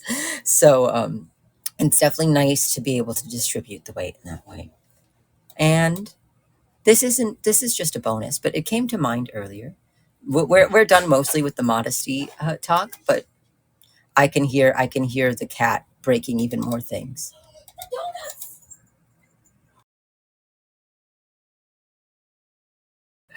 Goodness. Okay. Um, but yes, yes. I lost my mind. My mind. I lost my train of thought. I did lose my mind a bit too. She's pissing me off. She's distracting me. This is just something I saw earlier because I saw one of my favorite Victorian wedding dresses. I retweeted it earlier. It's a very iconic dress. It's black. Now it's kind of faded into a kind of blackish green, but it's black and it has a gray center to its bodice and it's very strappy.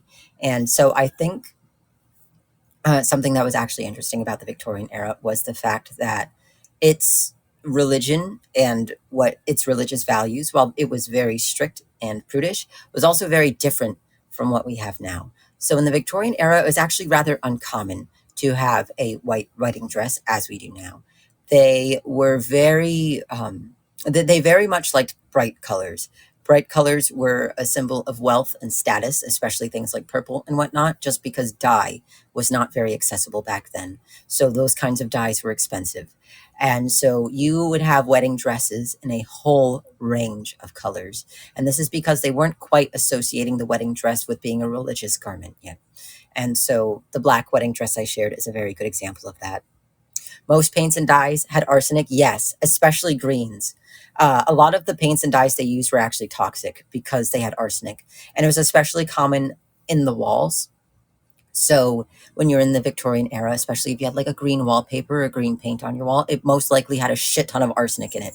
And so that's why that's why when you would take trips to the seaside in your little brick cottages and whatnot, you would feel better. That's why it was seen. That's why the whole taking a vacation to the seaside for your health thing started, is because oftentimes these houses by the seaside would not have the same paints and dyes, and so you wouldn't be getting arsenic poisoning anymore. But yes, these I got sick of seeing it. I had to leave the city. Exactly, exactly. Except maybe you'll leave the city and see some yellow wallpaper. But yes. So getting your hands on colorful garments was hard. These dyes were not as accessible as they are now, so clothing that was colorful was a bit pricier, and again, oftentimes saved for special occasions like weddings. So it actually was good on your status if you wore a brightly colored wedding dress. And the only reason why this really changed after the Victorian era and as Christianity really started to reform was because it was for religious reasons, as is most things in America's culture. White very much symbolizes innocence and purity. And so, as Christianity started to develop, and being married was seen less as a status thing and more as a symbol of faith, not only to the higher powers that be and your loved one, a lot more focus was put on, again, emphasizing that purity and that innocence, especially in women. So once we left the Victorian era, it started to become a lot more common for wedding dresses to be white. And eventually, now it is just the default that wedding dresses are white. Even if you're not religious, most people wear a white wedding dress. But now you know that it's a religious thing. So if you don't want to wear a white wedding dress, you don't have to. Yes, yes, sadly. But there are many wedding dresses, beautiful, that you can get that aren't white. But yes, the Victorians actually did not wear white to weddings. Again, it wasn't seen as the most religious engagement ever, especially in the upper class. Weddings were more seen as a status thing. It was more, especially when you were two. old money, wealthy families. It was more like a contractual agreement that you two would support each other financially. Victorian style was peak fashion. It absolutely was. That's part of the reason why I'm so obsessed with it, especially because there's a very vast amount of different styles. I mentioned it a bit before, but Victorian fashion very much depended on the decade. Like 1820s fashion looked completely different than 1880s fashion. 1880s is kind of more what we think about when we think about Victorians or we think about Edwardians. That we sometimes miscorrectly attribute Edwardian fashion as Victorian, which is the 1900s to the 1910s, a very short period. But yes, Victorian fashion in the 1880s, I think, is what most people think of when is something that most people think of when they think of Victorian fashion. But again, towards the start, it actually more resembled its Rococo predecessor. Again, the French aristocracy. You had those low necklines, those ball gown looking dresses. So it's very interesting seeing the way it developed. Lavender marriages are slowly coming back into fashion too. The financial marriages, yes, yes. It was actually lavender marriages were mostly a thing amongst gay couples. So, for example, um, if you were a gay man and you didn't want people to suspect you, publicly at least, of participating in acts with the same sex because it was illegal at the time, you would enter what is called a lavender marriage, in which it would be a loveless marriage, but you would share your finances and would usually get the public off your tail. Oftentimes, lavender marriages were actually between a gay man and a lesbian woman. Oftentimes, lesbian women were referred to as sexually inverse. And so that is where a lot of these lavender marriages took place. But yeah, so loveless marriages, usually both for the purpose of financial security and also getting the public off your back. You will hear often the kind of, oh my God, they were roommates sentiment. A lot of people, they either entered a lavender marriage or they just did not marry. Um, for example, a very popular recounting of this kind of trend was J.C. Leyendecker. He was a controversial yet very talented illustrator from the late Victorian era to the early 20th century.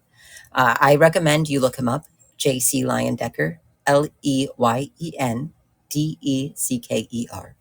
Um, he was an infamous gay artist. He did some of the most lovingly rendered paintings of men, mostly his favorite male model, who was what is now thought to be his lover. Um, they lived together for a very long time. They never officially married, but they were able to keep their relationship somewhat discreet for the most part. There are some times when the public scrutinized them for their marriage, but J.C. Leyendecker also had rather good social standing. So, like I mentioned before, if you were upper class, you were able to get out of some controversies that people in lower classes might not have. Looking now, his paintings are pretty, yes, but his paintings often featured, if you're looking at a light skinned man with that kind of blonde swooping hair. That was his male model, his favorite male model, and also his lover. Um, and so they lived together. They never married, and they were never public about the relationship unless it was amongst close friends and other gay men. But again, it was the classic they were roommates situation. There's actually quite a bit of it's very fascinating. Something I wrote a paper on was how debatable, but pretty much confirmed. Bram Stoker was a gay man. He was unmarried, and if you look through a lot of his letters to other men, you will find that he would often write very affectionately to them. And it is very much theorized that Dracula was almost kind of prejudice towards his own attraction because at the time it was against the law. It was seen as very wrong. So Dracula was not only written. Um, that's not common knowledge. Oh no, maybe I'm in too deep. Yes, Bram Stoker um, was friends with a lot of authors, male authors at the time, most of which were also gay men. Oscar Wilde, provably, uh, the infamous Oscar Wilde trials. He was legally prejudiced for being gay. He was good friends with Oscar Wilde, and it's kind of theorized that that's why Bram Stoker released Dracula in the first place, was because of what was going on with Oscar Wilde. If you look in a lot of his letters, especially his mentor, he spoke very affectionately of him in a way that you do not really speak of to just your bros. It was it's very interesting if you look into it. But yes, Dracula was kind of a dissertation of his own like internalized homophobia, but also the fact that he hated Transylvanians. He was very xenophobic to Transylvanians, and so it's very strange.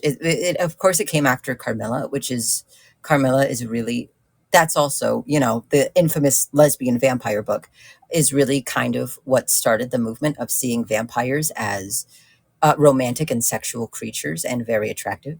So it came right after Carmilla, and it was just an interesting time to explore something like that. And that's why a lot of people theorize that it was actually about um, it was actually about his own issues with his sexuality. Of course, it's never explicitly confirmed whether or not he was gay. It's just, you know, when things add up enough. Uh, when you have a bunch of letters of him talking to his male friends and mentors the way he was, it's I don't know.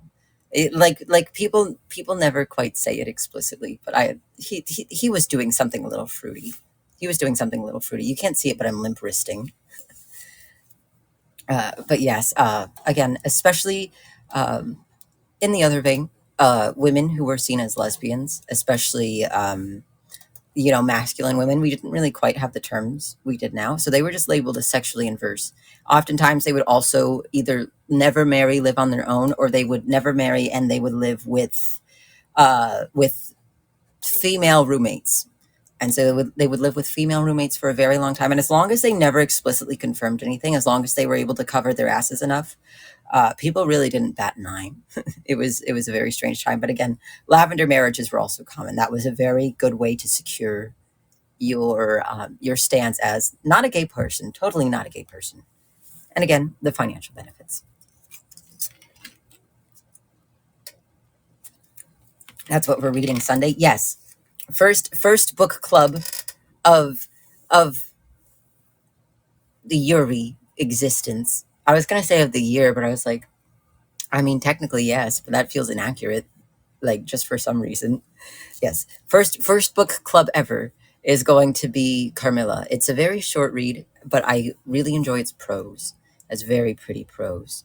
And so we're going to be doing Carmilla for our first book club. It's only about, depending on the print, it's only about 80 pages. Will you be reading it to us too, or are we just discussing it? I will be reading it to you. So don't feel pressured to start reading it yet. We will read it together and then we will stop every so often and we will discuss. Yes, yes, yes.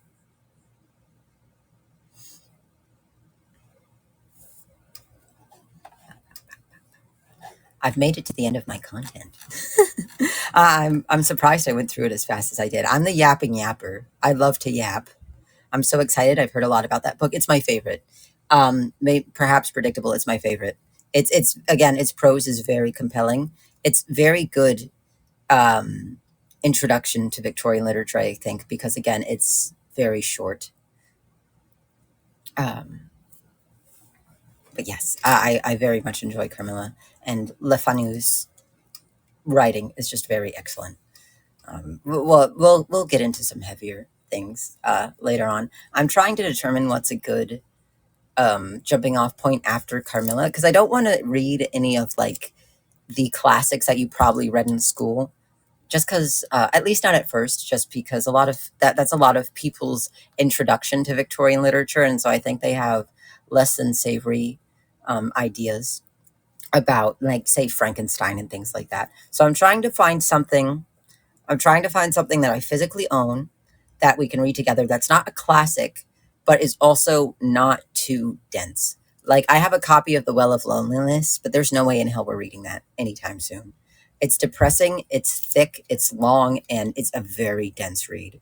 Um, so we're not reading The Well of Loneliness anytime soon. I'll have to really look and see. I actually have a very cute used bookstore around me. That's how I find a lot of my physical copies of Victorian literature. So I will definitely have to see if they have anything that we can read after Carmilla. But we have time. I imagine Carmilla will take 2 or 3 weeks. It won't take long at all, depending on how fast we read.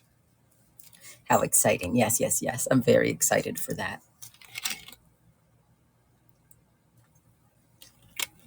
Perhaps I should do a recap for I'm sorry about my creaky eeky chair. I leaned forward very slowly and it went like and I was like, oh no. Right, yes, perhaps we should do a recap because I know we had some people who came in late. So we'll just go over very quickly what we went over today. We talked a lot about Victorian modesty and the myths behind it. The biggest proponent of Victorian modesty myths is mostly, again, egotistical foreigners who already had a poor view of American Victorian culture, or it's people from later generations making fun of Victorians, again, for saving, they thought they were more enlightened. Hello, welcome in, welcome in. They thought they were more enlightened. And so oftentimes they would make fun of the Victorians, and people later on would take this at face value and think that they were being genuine about how Victorian culture worked. And so you could show ankles, you could show your chest, you could sometimes even expose your nipples to the world. It all depended on the context. Sports, you would often see pants, shorter skirts, things like that, like hunting, biking, fencing. That's when you would see more short skirts, pants. Theater as well. You would also see a lot of pants, shorts in theater. And also in evening. Again, when you were a Victorian woman, you usually cycled, and men too, you would usually cycle through 3 outfits, sometimes more, during the day. You would have a morning outfit, you would have an evening outfit, morning outfit, afternoon outfit, and then an evening outfit. In the morning and the afternoon, it was more common to wear the high collar shirts, but that is not always because of modesty. It serves a practical purpose. We did not have access to sunscreen in the 1800s. So it served the practical purpose of protecting the skin from the sun, both from sunburn, but also from tanning and freckles, because tans and freckles were seen as very unattractive during that time. In the evening, you could get away with wearing low necklines, shorter skirts, and things like that, both especially in formal events, but also because the sun would be down. And so you wouldn't quite have to worry about exposing your skin because the sun wouldn't be up to burn or blemish it. And so a lot of misconception revolves around the fact that Victorians were completely sexually repressed. They were not. They were very sexually repressed, yes, but a lot of factors of the Victorian era actually influenced them to be much less sexually repressed than before. Again, the camera was invented, so adult imagery was starting to be passed around in droves. And also, as long as you were performing acts between a married partner, it was not like fetishistic behaviors were not seen as taboo. There's many diaries and accounts from high society and letters and such that detail very explicit and strange behaviors. Again, even Queen Victoria was a bit of a degenerate herself. Trying to think what else to wrap up. Oh yes, most of some of the greatest Victorian myths, especially like myths surrounding ankles and legs, actually come from one man during the Victorian era, Frederick Marriott. He was a UK Navy officer and an aspiring writer. And after he left the Navy, he came to America, and he already had the assumption that America was much more modest than the UK, and to an extent it was, because the UK was built on ideals that were purposefully more puritanical than the UK. So he had the assumption that America was more modest. He came here and he really ran with that assumption. And that's why myths surrounding things like ankles and legs especially picked up a lot of steam.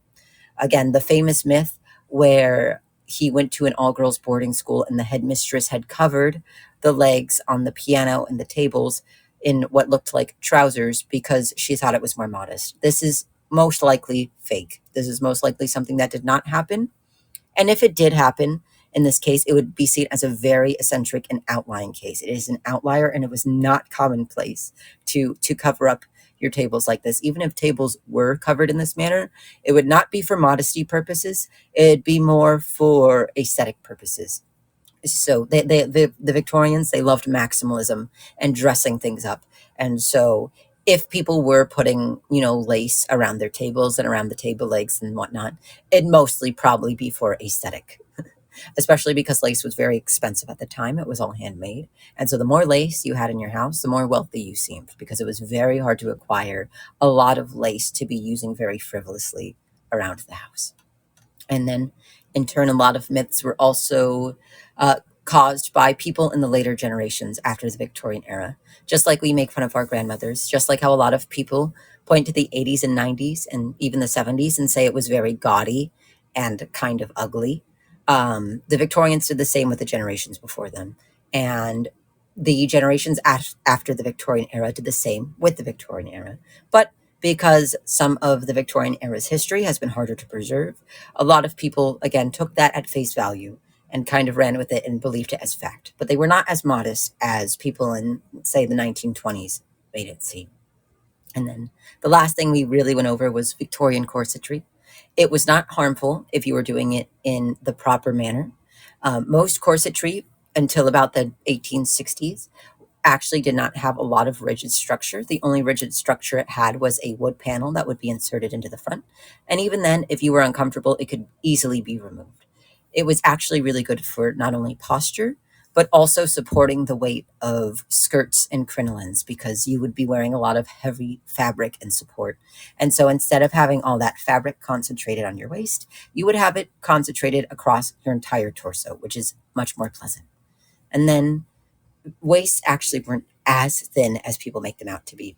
Something I meant to add, but I forgot, is not only did people stylize Victorian waists in illustrations, they also edited them in photographs. Yes, just like as long as the camera has existed, explicit adult material has existed, so has Photoshop. So you would take photographs, especially for things like magazines and whatnot in the Victorian era, and they would alter them. It looked, to today's standards, it looked pretty bad, but also you could work with the low quality limitations of a camera to make it look more convincing. But yes, Photoshop was a thing. People would cartoonishly shrink waists in some of their photographs and just alter the body in fictitious ways, a bit more deceiving. And so that is also something that can kind of contribute to this thought of the extreme Victorian silhouette. And lastly, waists were deceptively thin. It was not all shapewear making the waist thin. It was mostly a trick of the eye, especially in the latter half of the Victorian era. Big sleeves were very common, big poofy sleeves and big poofy skirts. And where these were placed on the body gave the illusion that the waist was much thinner than it was, just because of how your eye naturally followed the proportions. So yes, corsets are not bad. They actually do provide good structure if worn properly. Again, tight lacing was not unheard of, but it was uncommon. You do not want to tight lace. That often caused damage to the bones and organs of people who did it for very long periods of time over and over again. But yes, it was not common. It was not as common. So I think that's our rundown.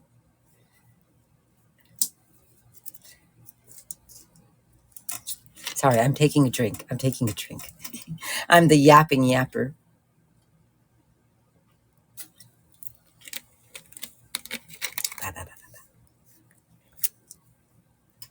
But yes, I didn't realize how much time had passed. Oh my goodness. I just looked. I'm hitting the 2 hour mark, which is kind of it's the soft cap. It's the soft cap. It's very good and organized yapping. I enjoyed it so much. Thank you. I actually went about it in a bit of a disorganized way. I'll definitely have to try to be more organized next time. But you can't see it, but in front of me I have about I have 3 pages of notes. They're bulleted notes. I have 3 pages of notes in front of me. I can't, if I don't, especially when we're talking about sensitive historic subjects that require evidence to be brought forth. I don't want to just wing it because I don't want to get anything wrong. Also, I also don't want to forget anything. I'm sure I'm going to go back and look at my notes and I'm going to have forgotten a ton, but I don't want to forget anything. I very much, when I start streaming, I get nervous, I get scared. And so it leaks right out in my ears, right out in my ears. And so I make myself very extensive notes, even for more casual streams. I will make a good list of notes just so I don't forget everything. So that's probably why it can come off as a little more organized. But even then, I'll skip around the page because sometimes I'll be reading my notes and I'll be like, oh, this would actually probably be better leading out of this point. You don't come off as nervous at all. Oh, I'm so nervous. I'm so nervous all the time. I'm actually very shy. I'm very shy. I've shot myself in the foot a little by being very shy, but I'm very shy and nervous. But I'm glad I seem more confident than I actually am. Yes, yes. After this, I'm going to make mushroom soup. Today's dinner is mushroom soup. Yesterday was baked potato soup. Today's dinner is mushroom soup, and I'm very excited. I like mushroom soup. I very enjoy good mushroom. I wouldn't mind making mushroom steaks soon either. But yes, I went out. I bought some mushrooms. I brought some Parmesan. I have some heavy cream. My speech impediment almost just came out in an embarrassing amount. I almost said heavy queen. I have some heavy cream in the fridge, and so I'm going to make a nice mushroom soup. Welcome in, John. Welcome in. We're wrapping up. We're wrapping up. But yes, now it is time for the honorary schedule reminder. Tomorrow, we're going to do a horror game lore Zatsu. I'm going to post a poll after this stream where you can vote on what game you'd like me to talk about. Just because I'm indecisive. I'm very indecisive. It's so hard for me to decide what to talk about. And then again, after that is going to be Sunday. It's going to be our first book club. If you're going to make it to any stream, make it that one.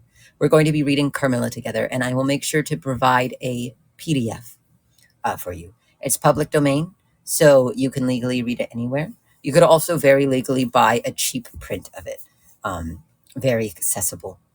Because again, it's public domain. Anyone can print it how they please.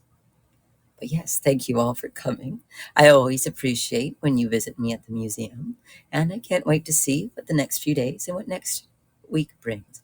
I remember you. You were in Arane's chat. Yes, yes, yes, Arane, my best friend Arane. Thank you for the stream. Enjoy your food. Thank you, and I hope you enjoy the rest of your night. Bye-bye. Yes, bye-bye, bye-bye. Thank you, everyone, so much for coming by. I really appreciate it. You were wonderful company today. And thank you for the follow, John. Mwah, mwah, mwah. And here is the kisses for the entire stream. As a thank you for coming. Mwah, mwah, mwah, mwah, mwah. Thank you. I will see you tomorrow. Good night. Have a good night.